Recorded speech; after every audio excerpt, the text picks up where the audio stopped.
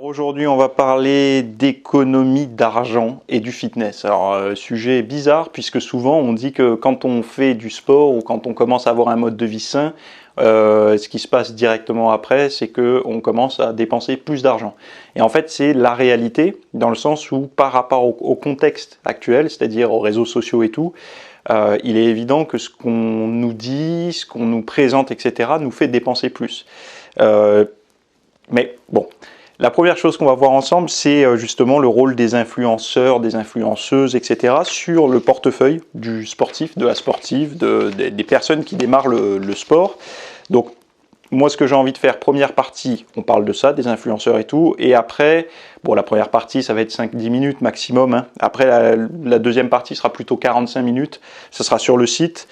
Et on va voir pas mal de choses, notamment tous les postes de dépenses que vous pouvez économiser, ça soit les compléments alimentaires qui sont inutiles, le matos, les choses comme ça, tous ces trucs-là où vous pourrez gagner de l'argent finalement, et donc gagner plus en faisant du sport que n'en faisant pas. Vous allez voir que, et même la science s'est penchée là-dessus, c'est ça qui est intéressant, j'ai pas mal d'études là, vous verrez, il y en a peut-être 7 je crois, quelque chose comme ça, et je ne les ai pas toutes prises évidemment, mais c'est quand même intéressant de les avoir. Donc le premier point, c'était, j'avais marqué les influenceurs vous recommandent ce dont vous n'avez pas besoin.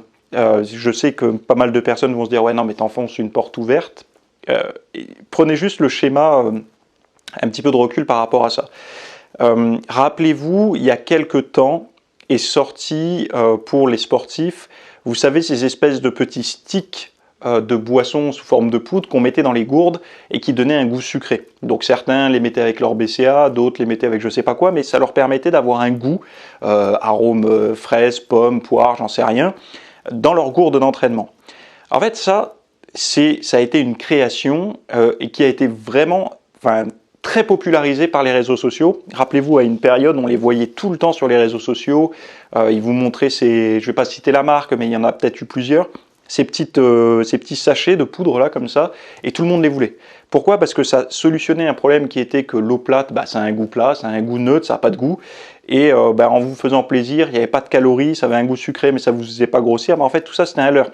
La réalité c'est quoi? C'est que c'est un petit peu comme s'envoyer un Coca Light en fait. Un Coca Light c'est quoi? C'est de l'aspartame, donc c'est un édulcorant, ou du sucralose pour certaines variations, enfin il y a un certain temps, mais je crois que maintenant il n'y a plus de sucralose, c'est que de l'aspartame, mais le packaging était différent. Là, c'était vendu dans des boutiques de sport ou sur des sites de sport type fitness, et le Coca restait vraiment avec cette image américaine, obésité, etc. Donc du coup, pour quelque chose qui était quasiment similaire, même si dans ces espèces de sticks, ils mettaient aussi quelques vitamines et tout, ça restait fondamentalement la même chose. De l'édulcorant à mort, des produits transformés, et pourtant, vous le savez, maintenant, je pense qu'aujourd'hui, on est quand même bien informé, même sur les médias mainstream, ils commencent à en parler, tout ce qui est transformé et tout, c'est pas bon.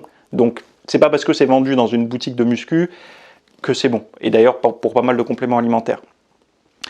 Donc en fait, là, ils avaient fait une étude, ils disaient que le marketing d'influence des aliments malsains a augmenté l'apport alimentaire immédiat des enfants, alors que le marketing équivalent d'aliments sains n'a eu aucun effet. Chez les enfants, alors plongez-vous un petit peu en arrière, je sais pas.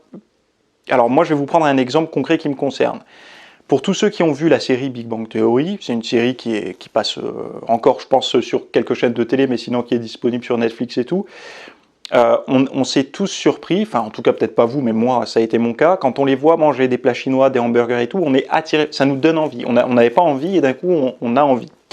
Et bien en fait c'est ça l'influence. C'est l'influence par quelque chose. On aime bien une série par exemple, on regarde, les personnages, on connaît un peu leur histoire, etc. Et donc du coup quand on voit certains comportements, on peut être attiré pour les reproduire. Les influenceurs fonctionnent de la même façon. C'est-à-dire qu'à partir du moment où ils ont capté votre attention, c'est-à-dire par un style de vie, par une histoire ou autre, vous commencez à les suivre jour après jour, et quand ils vont vous présenter quelque chose, donc c'est-à-dire un complément alimentaire, une gourde, une serviette d'entraînement, n'importe quoi, vous allez être, vous avez l'impression presque que c'est le conseil d'un pote qui vous dit « Ah j'ai trouvé ça, c'est pas mal ». Sauf qu'il faut bien savoir une chose, c'est que c'est leur boulot. C'est-à-dire que c'est pas... Il y a beaucoup de personnes ont critiqué, il y a eu beaucoup de personnes qui ont critiqué la publicité de la télévision, il y en a trop, machin. C'est la même chose. C'est-à-dire que les influenceurs vivent de ça. Il y a même eu récemment quelque chose qui s'est passé où dans des circonstances un petit peu, je sais plus ce que c'était, je crois que la nana venait d'accoucher ou elle est allée à un accouchement. Et je sais pas, pendant 5 minutes, elle s'est mise à un endroit, il y avait un mur blanc, elle a vendu un truc, regardez, tel machin, avec un code promo. C'est un job, c'est un travail, et par la confiance que vous accordez à ces personnes-là, vous allez dépenser plus, forcément. En fait, ils vont vous présenter des choses qui ne vous intéressaient pas forcément, mais parce que cette personne-là l'utilise et que vous la suivez, vous l'admirez, vous avez envie d'avoir potentiellement les mêmes résultats qu'elle, vous allez céder à ça. Mais dites-vous bien une chose, c'est que toutes ces personnes-là, elles se sont construites ou un physique, alors je parle du fitness, si aujourd'hui elles sont influenceuses ou ils sont influenceurs, c'est parce qu'ils ont réussi sans ce qu'ils font aujourd'hui. C'est-à-dire qu'aucune marque ne va filer gratuitement des codes d'affiliation. Alors je vous explique un peu comment ça se passe.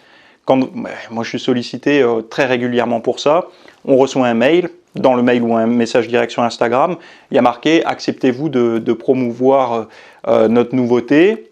Et ensuite, il y a marqué « On vous envoie un produit gratuitement. Quel est votre tarif pour une publication en story et une publication fixe sur votre mur ?» Et là, on balance notre tarif, ils acceptent ou pas, et voilà.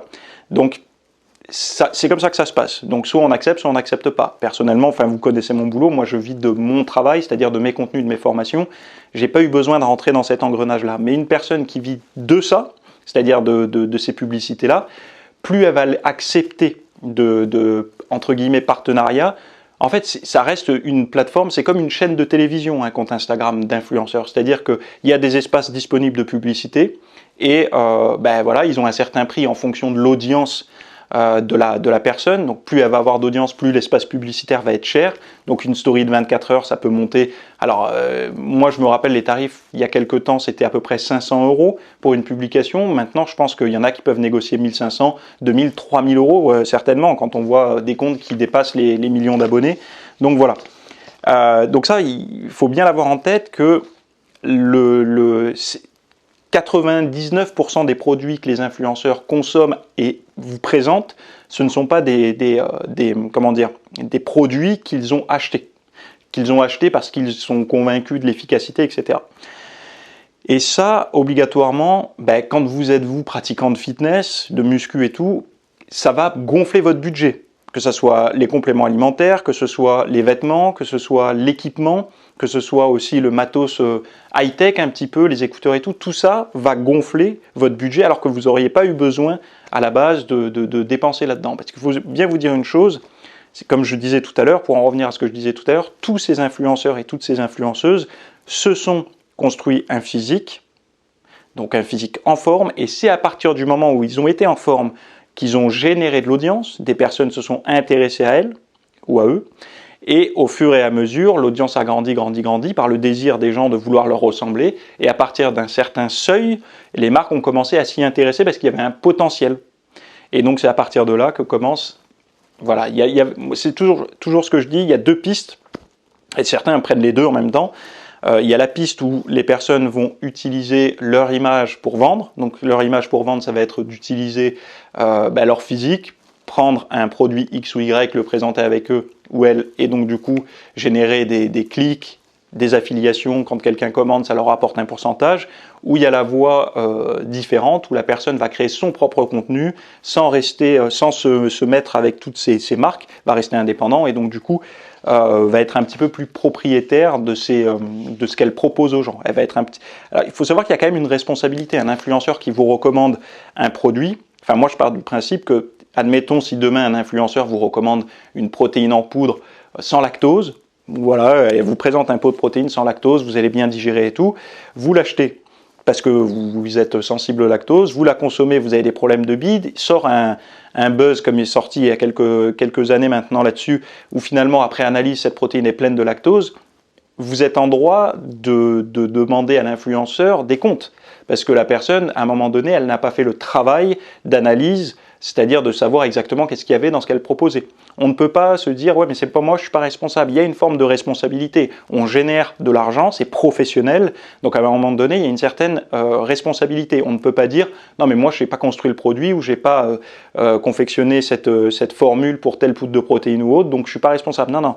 Il y a un devoir quand même, il y a une responsabilité. Vous êtes influent pour les influenceurs, donc dites-vous bien une chose, c'est que voilà, il faut leur demander une certaine analyse. Est-ce que tu es sûr que ça fonctionne dans le temps? Par exemple, s'il y a eu cette mode, là, vous savez, des espèces de marteaux-piqueurs, là, les espèces de perceuses à percussion pour les blessures, là, les trucs de massage. Est-ce que ça tient dans le temps? Est-ce que c'est bon? Il y a eu combien d'études là-dessus? Enfin, je veux dire, on ne peut pas recevoir le produit et en faire la promo directe. Il faut quand même un certain feedback. Et moi, je me rappelle qu'un pote m'avait dit, j'ai acheté il avait acheté un truc dans une boutique de fitness, un truc assez séduisant. En fait, le packaging lui plaisait, les ingrédients lui plaisaient. Il pensait que ça allait solutionner un de ses problèmes. Je sais plus ce que c'était. Je sais pas si c'était. Je crois que c'était un petit déjeuner, vous savez, instantané comme ça, genre pancake ou un truc comme ça. Et il me dit, si j'avais su, j'aurais attendu de le goûter avant de le poster. Et en fait, il l'a posté directement et il l'a goûté après. Et il s'est rendu compte que c'était dégueulasse, que enfin voilà, ça se digérait pas top et tout. Et il s'en est voulu en fait, parce que il a voulu profiter tout de suite du truc de la découverte et de le poster. Et lui n'était pas influenceur, c'est-à-dire qu'il ne gagnait pas d'argent là-dessus. C'est pour ça qu'un influenceur, évidemment, quand il y a l'appât du gain derrière, vite, plus la publication est mise, plus l'argent coule, quoi. Donc, si vous voulez gagner de l'argent, économiser de l'argent, continuez à suivre vos influenceurs, il n'y a pas de problème, mais dites-vous bien une chose, c'est que ce qu'ils vous proposent, si vous allez dans leur placard, vous trouverez certainement des choses qu'ils ont achetées eux-mêmes et qui ne sont jamais présents sur les réseaux sociaux, parce que à quoi bon faire de la publicité gratuite alors que d'autres vous rémunèrent pour ça? Donc, et on ne choisit pas, encore une fois, on ne choisit pas pour qui on veut travailler. C'est-à-dire, moi, demain, je peux pas dire j'aime bien Under Armour, je vais leur envoyer un mail, je veux devenir influenceur Under Armour. C'est pas comme ça que ça se passe. C'est eux qui vous démarchent et c'est à vous d'accepter ou pas. Voilà. Donc, c'est comme ça que ça fonctionne. C'est comme ça que en fait, vous perdez beaucoup d'argent. Beaucoup de personnes perdent beaucoup d'argent parce que ça, je le vois très régulièrement. Dès qu'il y a une espèce de mode par rapport aux influenceurs, et d'ailleurs, apprenez à repérer quelque chose. Vous allez voir que très régulièrement, quand il y a un produit qui sort, une nouvelle, entre guillemets, innovation, vous le retrouvez quasiment chez tous les influenceurs, que ce soit du maquillage, que ce soit, je sais pas, une protéine. Rappelez-vous de Foodspring à l'époque, ils avaient arrosé tout le monde. Foodspring, ils avaient arrosé tout le monde. Moi, j'en avais même reçu. J'avais même testé leurs produits. Mais vraiment, il y avait eu un moment où tout le monde avait reçu du Foodspring. Après, ça a été une autre marque, une autre marque, une autre marque. Enfin, et c'est toujours comme ça. Ce sont des vagues, ce sont des coûts marketing qui font. Ils ont un budget pour ça. Donc, ils arrosent le maximum d'influenceurs pour qu'il y ait le maximum d'impact sur les masses. Et en général, c'est quand les marques démarrent un petit peu. Donc tout ça pour dire que, voilà, restez un petit peu à l'écart, essayez de voir toujours la personne, comment elle vit. Un influenceur, est-ce qu'elle a une boutique à elle avec ses propres produits en plus de ce qu'elle fait? Donc là, on peut s'attendre quand même à une prise de recul un petit peu plus importante, c'est-à-dire que ce n'est pas sa seule source de revenus, d'une personne qui n'a que la publicité comme revenu, et là, ça va être compliqué d'avoir quelque chose d'authentique. Et c'est un petit peu, je vous dis, c'est la même chose que la télévision. Vous savez, à la télévision, on vous dit qu'il faut manger plus sainement, il faut combattre l'obésité et tout. Mais pourquoi il y a encore ces publicités d'aliments qui vont vont rendre les gens plus gros, plus en mauvaise santé, etc., etc. Donc, voilà. Je ne peux pas vous dire plus là-dessus. Voilà un petit peu mon point de vue sur tout ce qui est influenceur, influenceuse. C'est un travail aujourd'hui qui rémunère correctement si vous avez une bonne audience. Mais quand vous êtes spectateur de ça, il faut prendre du recul. C'est comme si vous regardiez une série télévisée ou un film à gros budget. Il y a beaucoup de placements de produits. À vous de voir si vous êtes sensible à ça ou pas. Et de vous dire que la personne que vous observez n'est pas une personne qui va consommer ça forcément. Elle consommera forcément pour le poste, mais après, sur le long terme, on n'en sait rien. Et d'ailleurs, je vous invite, si vous voulez voir ça, vous prenez un compte Instagram que vous suivez, n'importe lequel, et vous remontez, d'un influenceur ou d'une influenceuse évidemment, vous remontez à peu près à il y a 6 mois, donc une publication, une promotion d'il y a 6 mois, et vous envoyez un mail à cette personne ou un message et lui dire alors, tu prends toujours ça ? Tu prends toujours ce produit? Et là, vous verrez si au moins elle a été satisfaite ou il a été satisfait ou pas de ce produit, parce que justement, peut-être qu'aujourd'hui, vu que le coût marketing est passé, le coût publicitaire est passé, la personne ne consomme plus cette chose-là. Donc voilà, voilà un petit peu là-dessus. Donc on va voir maintenant dans la suite de la vidéo justement tous les postes où vous pouvez économiser. Il y en a pas mal. Il y a aussi des études par rapport à la santé, Moi, j'ai calculé qu'on pouvait économiser à peu près, alors c'est précis, hein, 3021 € en se mettant au fitness avec un style de vie cohérent, si on arrive à déjouer un petit peu les pièges qui essayent de vous ponctionner de l'argent. Donc il y a une partie complément alimentaire, une partie matériel, une partie cuisine, une partie gadget, vêtements, etc. Et là-dedans, à chaque fois, il y a un budget que vous pouvez économiser. Et je vous détaille tout avec même aussi par quoi remplacer, quoi, en gros. Donc voilà, si ça vous intéresse, le lien est dans les notes de cette vidéo. Vous avez le lien direct pour basculer en espace VIP, pour devenir VIP et accéder à tout mon travail privé avec toutes ces formations-là. Et pour les autres, si vous êtes déjà sur le site en train de regarder la vidéo, elle va continuer d'une traite.